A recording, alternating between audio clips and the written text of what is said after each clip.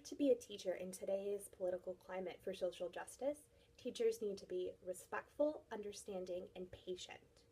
Teachers need to understand that kids are still learning about the world around them, and that things outside their old cultures and comfort zones might be difficult or even a bit frustrating for them to understand. It's a teacher's job to model and give the students the means to combat these differences so that they can learn and grow together in a class into a greater society. It's something I've learned a lot of while living abroad. For example, one day while I was working in my international school, my assistant teacher, who was from Kazakhstan, wanted to share a game with my class.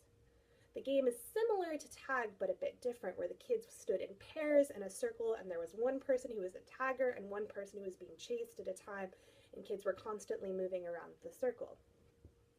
My kids got a bit frustrated with the game because they didn't quite understand our demonstrations and practices, and they just wanted to play normal tag. However, I encouraged the kids to be calm and patient and to understand that Miss T, my assistant teacher, was sharing something special with us and that we needed to listen and try. In the end, they ended up really liking the game and requested to play it almost every day after that. I'm glad I was able to help my students through the experience and have them exhibit patience, understanding, and respect, and they could also learn the benefits of that to create a globally minded and socially just classroom.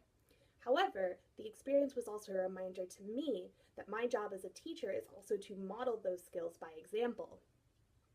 During that situation, there were several times I was tempted to ask my assistant, Ms. T, if we could play the game a different day instead. This was because I knew it was important for my kids to run around and burn off energy so that they could better learn later in the day. However, I knew it was important that my assistant's voice be heard, and just like how I told my kids that this game was something special, I also needed to treat it as something special and something that needed to be done in that moment.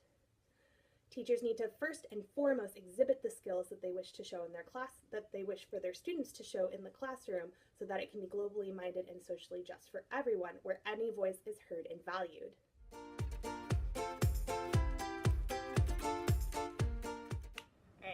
So let's start with introductions. I'm Aurora and I'm from Seattle. I'm Natasha and I'm from Toronto. I'm Stacey and I'm from Ireland. And the question we're going to talk about is how to be a teacher for social and political or social and racial justice in today's political climate. So I think that one of the very first really important steps is to just start that conversation, especially from a young age. Like we were talking about how we all teach really young kids, like you teach pre-UK and I teach grade 1 and you Teach grade 3. and so even if it's very simple, like the way you were saying, just including everybody and not making it a big deal about anything, you didn't have to get into specifics about why you need to include everybody or even point out that there's differences, but just to make it part of the dialogue. Yeah, since I teach little kids, 4 and 5-year-olds, it does come up in the classroom more in the terms of are things fair? Is everyone getting a turn? Are things equal? Is everyone's voice being heard? And that's what I can kind of address in the class, but it's hard for really little kids to get it on a bigger scale of let's take it beyond our classroom and look at the world around us. So can you guys do that with the older kids, or is primary still a little bit difficult to address those problems? I think we can definitely do it with with primary kids. In grade 3, I've had a lot of issues in my classroom this year with racism. There's a lot of Japanese kids in the class, and then there are kids from other countries, and there has been issues of racism, of bullying based on the race of the kids. And it's definitely something that we talk about, that we have had to deal with. One of the ways we deal with that is becoming more respectful of each other's cultures, and the kids who were being bullied because of where they came from, then we just started exploring where they came from and reading books about their part of the world, watching videos, inviting them to share about their culture and where they come from, and that definitely helped open up the minds of the other kids in the class, and oh, these are human beings too, they're just from a different place. So the other kids all took it like really well, like.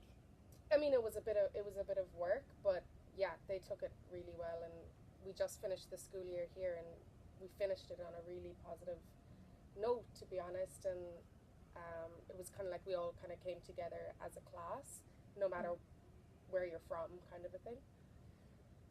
I think it's especially important in Japan. Like, it's such a homogenous culture, and like we're kind of the front line where they're like seeing different cultures for the first time, and like how to respond to it. And I think they just like don't realize, but as soon as you like educate them about like what you were saying, then it's like a game changer.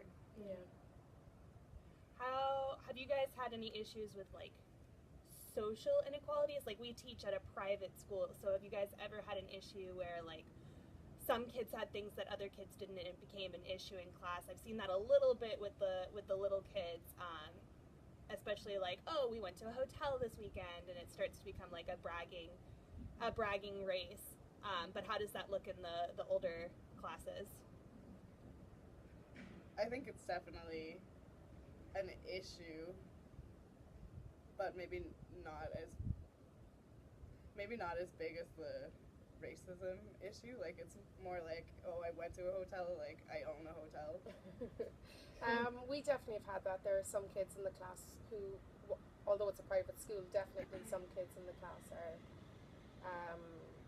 not as well off as other kids in the class. And yeah, again, it's about like opening up communication and understanding that people are different, but in the classroom everyone is equal. And then if they have that frame of mind in the classroom, hopefully that spills out to outside the classroom. And I think our school like took some great action this year with like donating to charity, like the food drive we did, raising like all the kids brought in food to give to local charities, and I think that was a great way to get the kids thinking about those who don't have what they have, and all that. There's been a lot of like disasters in Japan recently as well, and I think our school has done really well bringing attention for that. But also, like last year when we first started doing like outreach and fundraising for like a broader community, and there's the big earthquake in Mexico, I remember showing my 3 and 4-year-olds at the time, like, this is what's happening in Mexico right now, and some of them didn't quite understand it's real, or they didn't understand like the implications. Like, they understand like buildings are broken, but they didn't understand, like, a lot of them were like, well, why can't they go to a hotel? Yeah.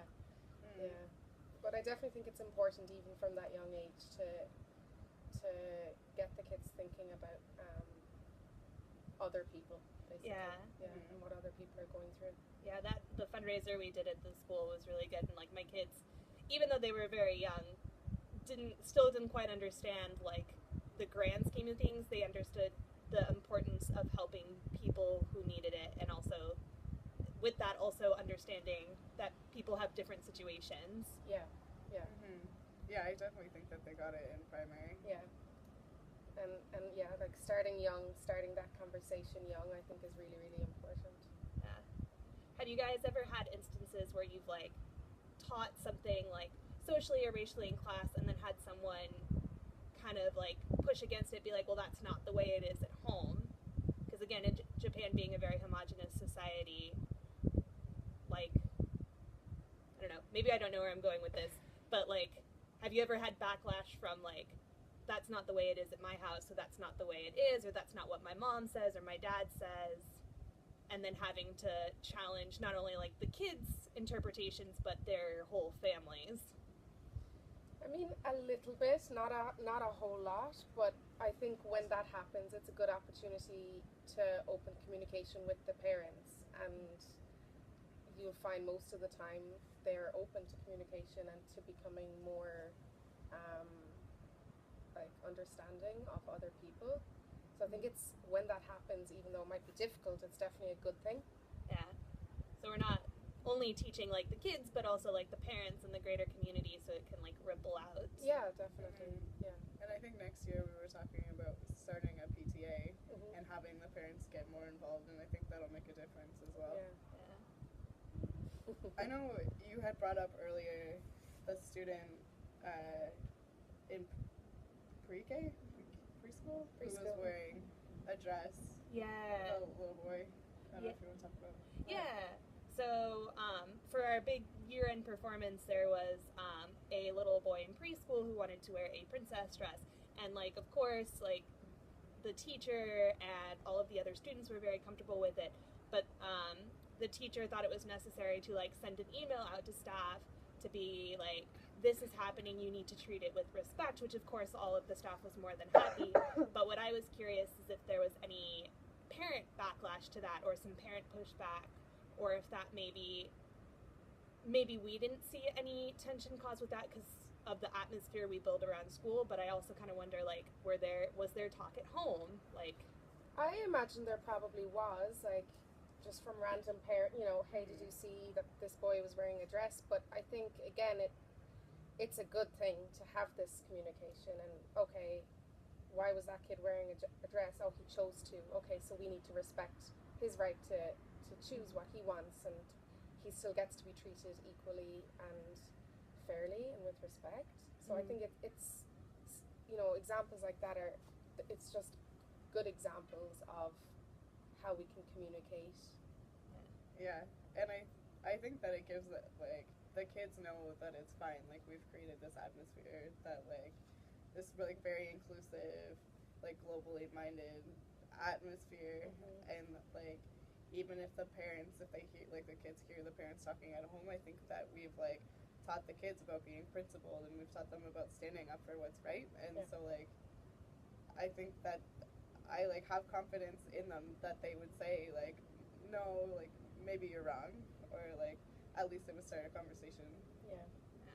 But yeah, I think like little changes like this and little, like we said, conversation starters, it's helpful for people thinking about social justice and giving people freedom to choose what's right for them. yeah. And I like how, like, we've also talked about, like, it rippling out, too, into the greater community. If we can build these, like comfortable, safe, but also, like, exploring new topic spaces within the school, that it can go out to a broader community.